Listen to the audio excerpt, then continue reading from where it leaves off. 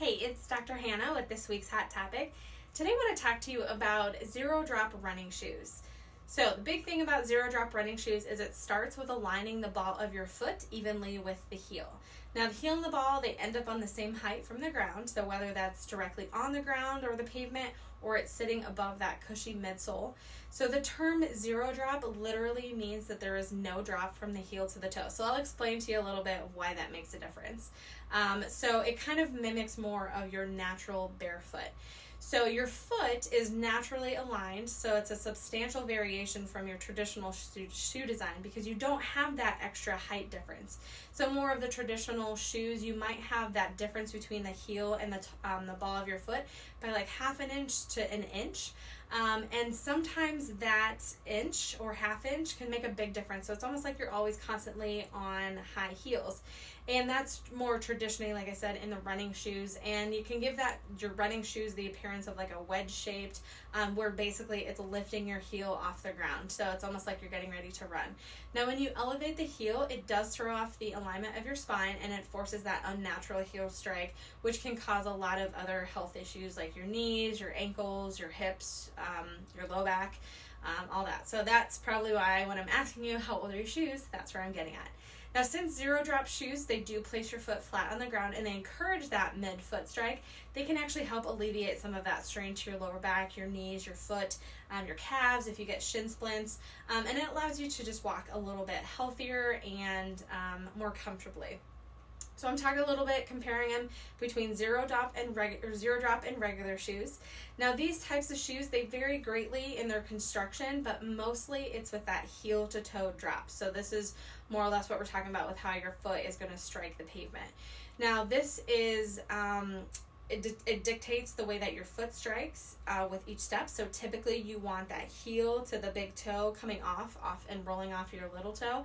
And so if your heel strike is off a little bit, it's going to cause a lot more of these issues. Now, some people do prefer that raised heel of the standard running shoe. So especially if you're racing, because sometimes it can help propel you forward a little bit, and it does give you a little bit of extra cushioning. So I'm not saying that zero drop shoes are like the thing. It's just another option, and it potentially could give your foot a little bit more comfort and just more of a natural way. So there's just a couple things of why people prefer zero drop shoes versus the traditional shoes, and really the choice is up to you, but you can do a lot more research on them. But basically, like I said, the first thing, it gives you that natural feel. So because it allows your foot to move a little bit more, it can help you reduce some injuries because your foot is striking properly and you're standing better, you're running better, moving around. It does spread the movement of you walking a little bit better because it is spreading everything as far as how your foot is hitting the ground, the concrete. A lot of ultra marathon runners use this. I know my brother and sister-in-law use it because they are ultra marathon runners. So it does evenly spread the strike when you're rocking on the ground. The other thing it's a lighter footwear because there's less material, because you don't have those extra cushiony pads. The zero drop shoes, they are a lot lighter. Significantly lighter. It does give you a little bit more stability just because your foot is more planted on the ground, so it's not uneven or anything that is coming up. And some people say it does make you go faster because your foot is actually like getting in, giving you some traction.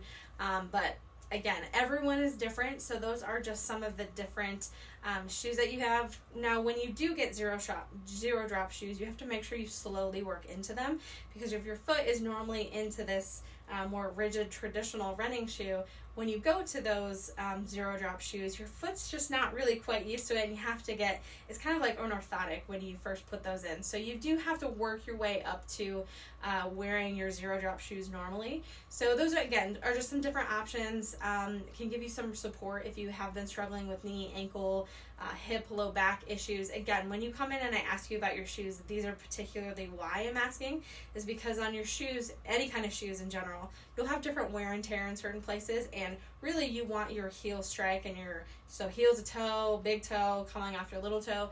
That's really the big strike that you want when you're walking with your feet. So that is all I have for you guys this week. I will see you guys next time.